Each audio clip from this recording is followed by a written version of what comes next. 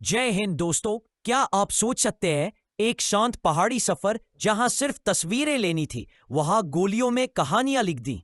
22 अप्रैल 2025 को जम्मू कश्मीर के पर्यटन स्थल पहलगाम में भारतीय नागरिकों पर हुए आतंकी हमले ने पूरे देश को स्तब्ध कर दिया।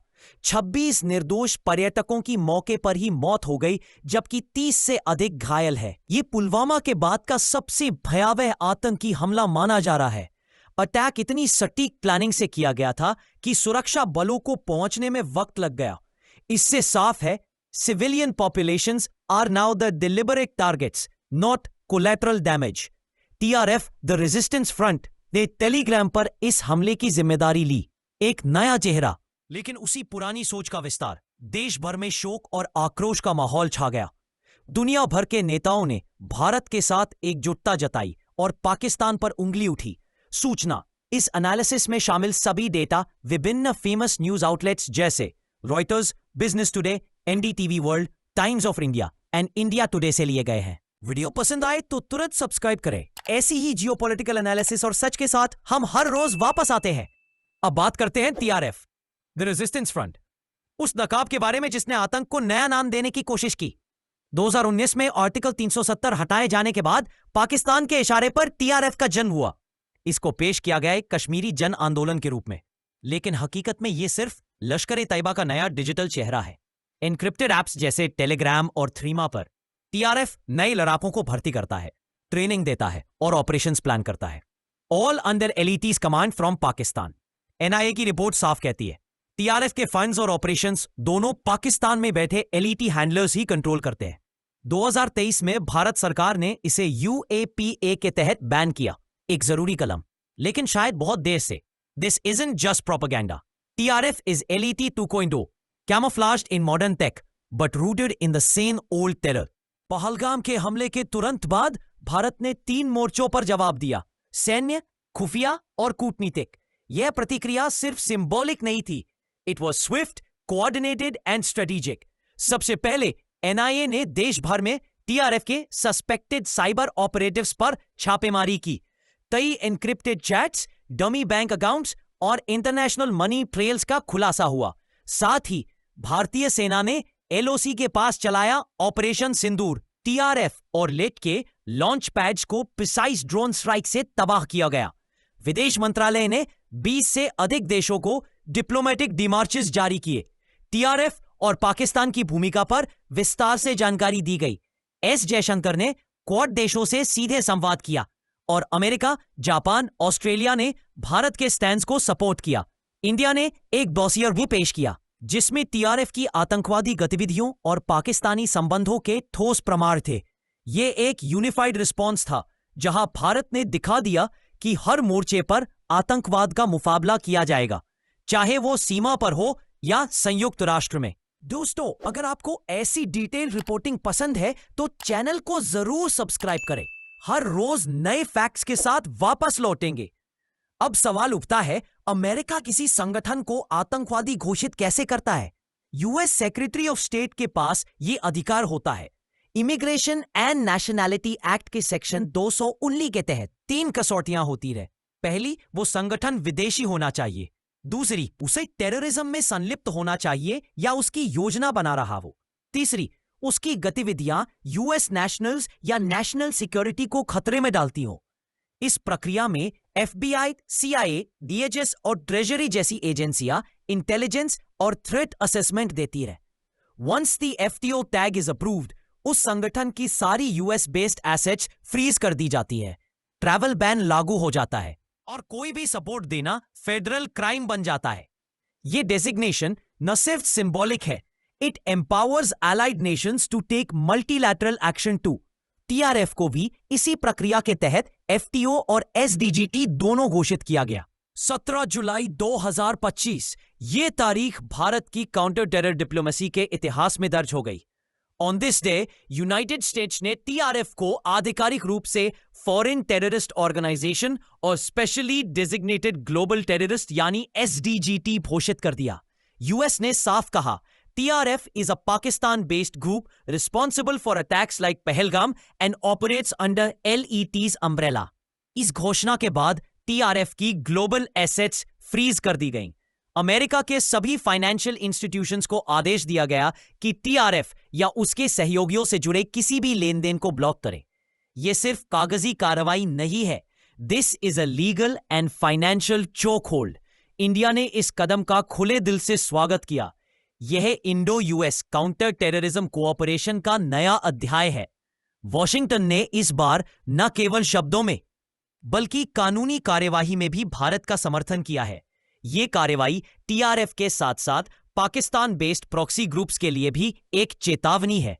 अब दुनिया चुप नहीं बैठेगी। टीआरएफ पर अमेरिका की कार्रवाई के बाद भारत ने इसे एक बड़ी कूटनीतिक जीत के रूप में देखा। विदेश मंत्रालय ने इस फैसले का स्वागत करते हुए कहा, यह आतंक के खिलाफ वैश्विक एकजुटता का प्रमाण है। एस जयशंकर ने बयान दिया, टीआरएफ का नकाब उतर गया है। यह पहलगाम पीड़ितों के लिए इंसाफ की पहली सीढ़ी है। अब भारत की सुरक्षा एजेंसियां टीआरएफ के ग्लोबल फाइनेंशियल फुटप्रिंट्स को ट्रैक करने में जुट गई हैं। बैंक अकाउंट्स, एनजीओ नेटवर्क्स और डिजिटल क्रिप्टो वॉलेट्स पर नजर रखी जा रही है। इंडिया ने संयुक्त राष्ट्र से भी औपचारिक अनुरोध किया है कि टीआरएफ को यूएनएससी 1270 सैंक्शंस लिस्ट में शामिल किया जाए। फ्रांस, यूके और रशिया जैसे देशों से बायलैटरल बातचीत जारी है ताकि इस लिस्टिंग को समर्थन मिल सके। Meanwhile, global counter terror forums जैसे इंटरपोल और एफएटीएफ अब टीआरएफ को एक्टिवली मॉनिटर कर रहे हैं। This isn't just a reaction, it's India's long term strategic patience finally paying off on the global stage. अगर आपको लगता है कि भारत के खिलाफ रची गई ग्लोबल रणनीतियों को समझना जरूरी है, तो अभी सब्सक्राइब करें। आपका एक क्लिक एक नए पर्सपेक्टिव को बढ़ावा देता है। चाइना की प्रतिक्रिया ने विश्लेषकों को उलझन में डाल दिया है। पहलगाम हमले पर बीजिंग ने बयान दिया, घटना भयावह और अस्वीकार्य है, लेकिन यह कॉन्डेमनेशन सतही था। उन्होंने न टीआरएफ का नाम लिया न पाकिस्तान का। सरप्राइजिंगली चाइना ने यूएस द्वारा टीआरएफ को एफटीओ घोषित किए जाने पर कोई आपत्ति नहीं जताई। ये एक सटल लेकिन बड़ा बदलाव है। पहले ऐसे मामलों में चाइना अक्सर वीटो देता था या ब्लॉक करता था। उन्होंने कहा, क्षेत्रीय आतंकवाद के खिलाफ समन्वित प्रयास होने चाहिए। इंडिया ने इस नॉन ऑब्स्ट्रक्शनिस्ट रवैये का कॉशियसली स्वागत किया है। मेनी एक्सपर्ट्स बिलीव ये बदलाव एफएटीएफ की ऑनगोइंग इवैल्यूएशन में चाइना पर बढ़ते दबाव का संकेत है। Strategic ambiguity remains, but China silence here is louder than usual. Pahalgam हमले और टीआरएफ की पहचान के बाद वैश्विक मंचों पर हलचल तेज हो गई। यूएन सिक्योरिटी काउंसिल ने टीआरएफ डेजिग्नेशन के बाद एक इनफॉर्मल कंसल्टेशन बुलाई, जिसमें कई सदस्यों ने भारत के साथ एकजुटता जताई। यूरोपियन यूनियन, ब्रिटेन, ऑस्ट्रेलिया और जापान जैसे देशों ने सार्वजनिक बयान जारी करते हुए भारत को खुला समर्थन दिया। एफएटीएफ, जो ग्लोबल टेरर फाइनेंसिंग पर नजर रखता है, उसने पाकिस्तान पर फिर से उंगली उठाई और टीआरएफ के खिलाफ कार्रवाई न करने को लेकर कड़ी चेतावनी दी। ग्लोबल टेरर डेटाबेसेस जैसे वर्ल्ड चेक और यूएनसीटीईडी अब टीआरएफ को एक एलएटी प्रॉक्सी के रूप में ट्रैक कर रहे हैं। पहलगाम हमले में बचे कुछ सर्वाइवर्स की गवाही इंटरनेशनल बॉडीज को सौंपी गई है ताकि टेरर की नैरेटिव को सिर्फ आंकड़ों तक सीमित न रखा जाए। ग्लोबल मीडिया कवरेज भी बदली। पहली बार इंटरनेशनल हेडलाइंस ने टीआरएफ को digitally masked Pakistan backed terror network के रूप में पेश किया। यह घटना अब केवल भारत की नहीं रही, ये एक वैश्विक सुरक्षा चुनौती बन चुकी है। ये एनालिसिस आप तक लाता है वो सच जो हेडलाइंस में दबा दिया जाता है। सब्सक्राइब करें और बने रहिए ऐसे ही रेयर येट रियल कंटेंट के साथ। टीआरएफ को अमेरिका द्वारा आतंकी संगठन घोषित किए जाने के बाद पाकिस्तान में घबराहट साफ देखी गई। फॉरेन मिनिस्ट्री ने तुरंत प्रतिक्रिया दी, TRF is a dead group, Pakistan has no links with it, but the world wasn't buying it. US dossier, Indian intelligence और लीक टेलीग्राम चैट्स सबने यह साफ किया कि टीआरएफ अभी एक्टिव है और पाकिस्तान बैक्ड है। इस्लामाबाद ने यूनाइटेड नेशंस में इस पर आपत्ति दर्ज कराई और भारत पर टेरर नैरेटिव बनाने का आरोप लगाया। उन्होंने कहा कि भारत ये सब इंटरनल पॉलिटिक्स और इलेक्शंस के लिए फैब्रिकेट कर रहा है। लेकिन इस बार इंटरनेशनल फोरम्स जैसे ओआईसी और फैक्टिफ में भी पाकिस्तान की बातों को गंभीरता से नहीं लिया गया। टेररिस्ट लीडर्स को स्टेट फ्यूनरल्स और आईएसआई लिंक्स के मल्टीपल प्रूफ्स ने पाकिस्तान को डिप्लोमैटिक रूप से आइसोलेट कर दिया है। एक बार फिर पाकिस्तान ग्लोबल क्रेडिबिलिटी की कसौटी पर है। टीआरएफ को आतंकवादी संगठन घोषित किए जाने का असर सिर्फ सिंबॉलिक नहीं, यह एक ठोस कानूनी और रणनीतिक कार्रवाई है। अब अमेरिका और उसके सहयोगी देशों में टीआरएफ को धन देना, सहयोग करना या प्रमोट करना एक फेडरल अपराध है। इंटरपोल ने रेड कॉर्नर नोटिस जारी कर दिए हैं, जिससे टीआरएफ से जुड़े सस्पेक्ट्स का ग्लोबल ट्रैकिंग शुरू हो चुका है। इन आतंकियों की संपत्तियां जब्त की जा रही हैं, ट्रैवल बैन्स लागू है और बैंकिंग सिस्टम से इन्हें बाहर कर दिया गया है। इंडिया अब इन संदिग्धों के खिलाफ एक्सट्रेडिशन रिक्वेस्ट्स भी फाइल कर रहा है ताकि उन्हें भारत लाकर मुकदमा चलाया जा सके। सबसे बड़ा असर, पहली बार पहलगाम हमले के पीड़ित परिवार अब इंटरनेशनल अदालतों में कॉम्पेंसेशन और न्याय की मांग कर सकते हैं। एनजीओज, मीडिया हाउसेज या सोशल प्लेटफॉर्म्स जो टीआरएफ की आइडियोलॉजी को पुश करते हैं, वो भी अब स्क्रूटनी में आ गए हैं। This legal president opens the door for future action against Pakistan based proxy groups. Pahalgam हमला सिर्फ एक आतंकी घटना नहीं थी, यह एक टर्निंग पॉइंट था जिसने टीआरएफ की हकीकत दुनिया के सामने उजागर कर दी। एक ऐसा हमला जिसने यह साबित कर दिया कि टीआरएफ कोई स्थानीय विरोध नहीं, बल्कि एक sophisticated Pakistan backed terror proxy है। अमेरिका द्वारा टीआरएफ को टेररिस्ट ऑर्गेनाइजेशन घोषित करना इंडो यूएस सुरक्षा संबंधों में एक नया अध्याय है।